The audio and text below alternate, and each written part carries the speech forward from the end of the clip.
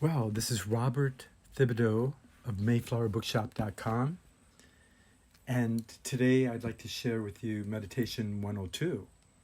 So in 101, Meditation 101, the whole premise was that I have to get enlightenment, and you need to say this too. I need to get enlightenment. I wish to get enlightenment so I can help all those who suffer. And in breathing in, I wish I had enlightenment, and breathing out so I can help all those who suffer. And this is like a little bit of mindfulness. 101 is that it's about me. I have to get enlightenment. I can't wait for you. 102 is that comes to the realization that you're not the only person in the room. And so once you're getting stabilized in inner stillness and everything in the outside world, this balancing act between the higher and lower, the inner and outer, the right and left, as if you were at the transept of a great Gothic cathedral, as if you were strumming a guitar where the hole in the guitar is. There's that inner resonance of stillness that receives the strum of the 6 strings, the strum being the invisible seventh principle. And in the cathedral, you have the transept before you and behind you, to the right and left and up and down, right? The light from the top coming down. And the crypt of the Virgin Isis or Mary with the babe, the spiritual spark in our heart. So 102 meditation is to, in this mental stability, in this inner space, calm abiding, space equanimity, we try to balance ourselves, our inner and outer self, with what's going on in the world. In Rudolf Steiner's Goetheanum, the first Goetheanum, where he has 2 in the top of the bit, you're inside the Goetheanum, and you enter, and there's this large dome going into a smaller dome, and you see 7 pillars on your left and 7 pillars on your right, perhaps representing the 7 earth evolutions and the 7 sacred planets and tones of music and metals and days of the week, perhaps representing the 7 chakras. But there's a pillar on the right and left. There's 7 on the right and left, 7 on the left, making 14, which is like the moon cycle, from new to full moon, and from full moon to noon. Full moon to new is the 14 days, the 14 pieces that Osiris was broken into. The light was broken from the source into these 14 pieces, the 14 pieces that Dionysius was torn into, perhaps. I want to point out the relationship between that and the 12 pillars in the smaller cupola dome, higher dome, but in the bottom, this cupola dome with the 12. The 12 are represented the 12 signs of the zodiac and the 12 knights of the Holy Grail and the 12 companions of Jason and the Argonauts and the 12 signs of the zodiac, right? So the 12 is a more solar, whereas the 14 is a lunar. And so when Rudolf Steiner would give talks between the larger and smaller cupola, larger and smaller room with 14 pillars versus 12, you can see how when that comes together, he would give the talks and try to stand in the presence of the Word, this spirit of the sun that's a spark within our hearts, the virgin heart. Rudolf Steiner would give these talks. And that relationship of the sun and moon, the earth is at the center between the sun and moon. Our heart is at the center between our outer world thinking and our inner deep feelings and will. So in Meditation 102, we're trying to place ourselves between our thinking and our deep willing, feeling, the blood and the nerve, by being seated in our heart, in the fullness, emptiness, and mind of our heart. When you look at nature, thinking about as above, so below, the ancient Hermetic axiom that was previous to on earth as it is in heaven, the great Christian prayer of Our Father, our being the oneness, or the Father, the oneness, the great oneness that permeates all diversity, the great oneness of stillness that can walk through walls of obstacles. Again, I'm sharing 102 meditation, and I'm sharing a kind of distillation of experience and teachings, readings, in hope that this coming together of everything and nothing, of everything that's going on and nothing's going on, of time and space, that we can be here together so that somehow, by hook or crook or accident or meaningfulness, that each of us can awaken right where we are. We can awaken to our own inner quiet and peace and the outer moving of the world. We can stand at center between the interlaced triangles of spirit and matter and great mother and father, spirit and mater, mother. We can be at the center of the cross, at our heart level, where the rose blooms. I mean, all flowers rise above the storm and thorns. When you look at Mother Nature, the spiritual science of Theosophy and of the Rosicrucian and Rudolf Steiner, when you look at a plant or a tree, any plant will do. It's rooted in the silence of the earth. The roots are in the silence of the earth, and they have an electromagnetic, subtle sensibility, even sensuousness, with the whole earth. The roots of nettle plant, which has high iron that's easy to digest for those who need iron in their diet. The roots of the nettle plant attract iron, some say from hundreds of miles away. And I'm sure it repels certain things and attracts certain things. So the roots of all plants are embedded in stillness and rooted in the whole of the earth. They're not just floating in a pot above the earth. Not a healthy plant. And so real food that grows is part of this nutrition stream that's a vibratory. It's a sacred vibration that the roots attract and connect with the whole earth. And what's above, as above, so below, what's above in all the plant realm, the plants are part of an envelope of warmth and light and movement and presence. And these represent the four earth evolutions, of which we're on the fourth, in a theosophical Rosicrucian Steiner way. This is a Western Hermetic spiritual science way, that you can't just take a plant and grow it in a laboratory and remove it from its relationship to the deep earth, the whole earth, and remove it from the subtle influences, the subtle stellar influences and planetary movement, that the whole world around us is like the embryo in the egg, has this egg surrounding it, this auric egg. And so what I'm trying to say is that the above part of the plant is our forms are animated by the spirit of the world, the universe, the movement of the world. So between the stillness below or inwardly and the movement of outwardly, especially in the plant, you can see the warmth and the light and the movement and super sensibility, super sensuality that of the plant being involved with the astral body of the bug kingdom, good and bad, you know. The honeybee is a healthy astral element, whereas a bug that eats your plants is an unhealthy astral. Now, of course, Rudolf Steiner, his idea of spiritual science is that there's this whole spirit side of it that we develop inwardly with our sense of our triple soul of, intelligence of the world and a certain feel for everything and a cognitive consciousness soul that awakens between this intelligence of the world and this feeling sensibleness.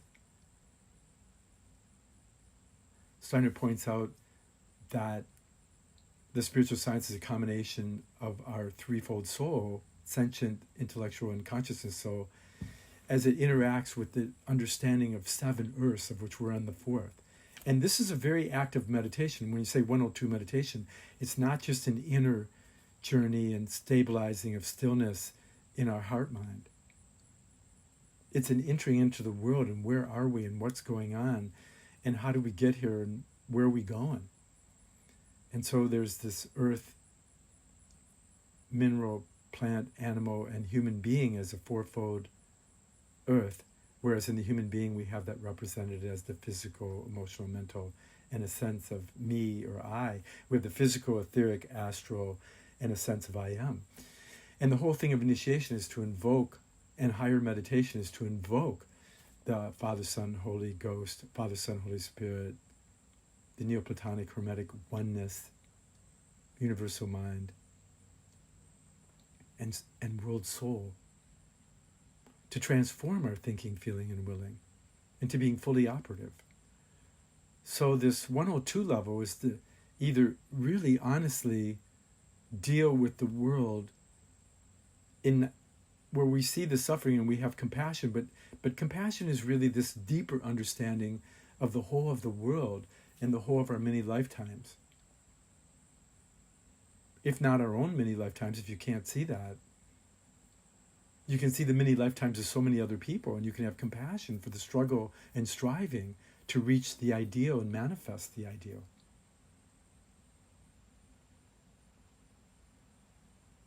So meditation 102 is this learning to be at the transept, reimagining that your body is the Gothic cathedral.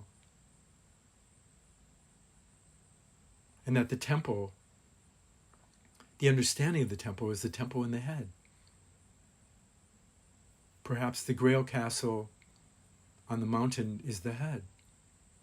Perhaps the magical helmet of Athena and many of the Greek heroes is this encapsulating of the universe and the outer world through our perception, our world conception, deepening into the heart.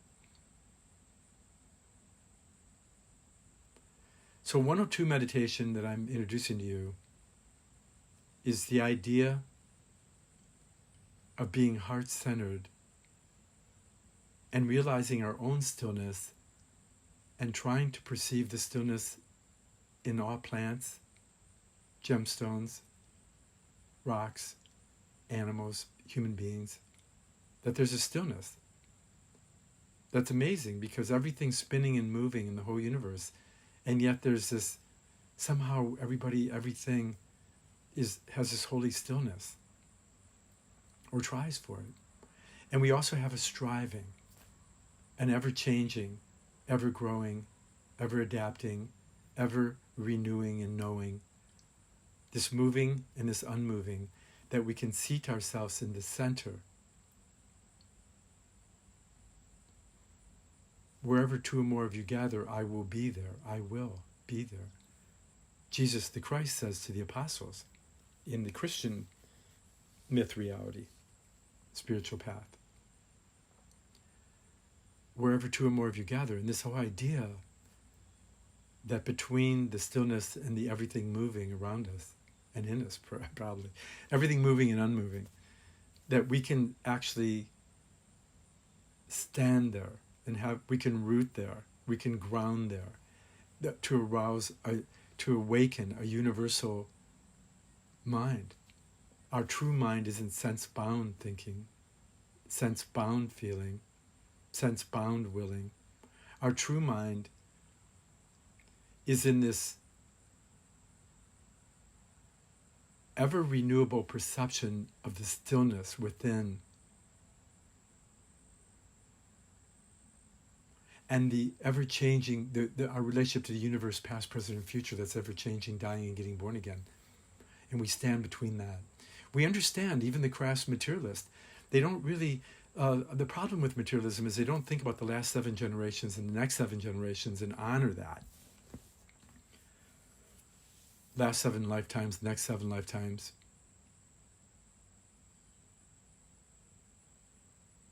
To see the thinking in things, where it came from and where it's going and where it is to break the spell and of illusion and Maya of the materialistic world.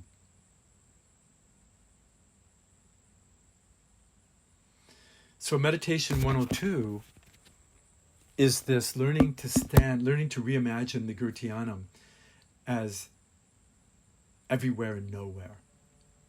And that we enter the Gurtiyanam and we enter through a reflection, the lunar reflection of the light, and the history of civilization, and our 7 chakras and our 7 levels of being. You know, we have physical, emotional, mental, we have physical, etheric, astral, and a sense of I am, the universal mind, the universal love, bodhicitta, bodhi mind, Buddha Manas of Blavatsky.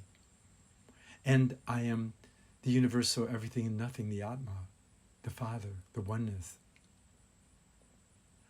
And we can enter the Gurtiyanam, or the Gothic cathedral, in our imagination, and we imagine that we reflect it in our feelings and our thinking.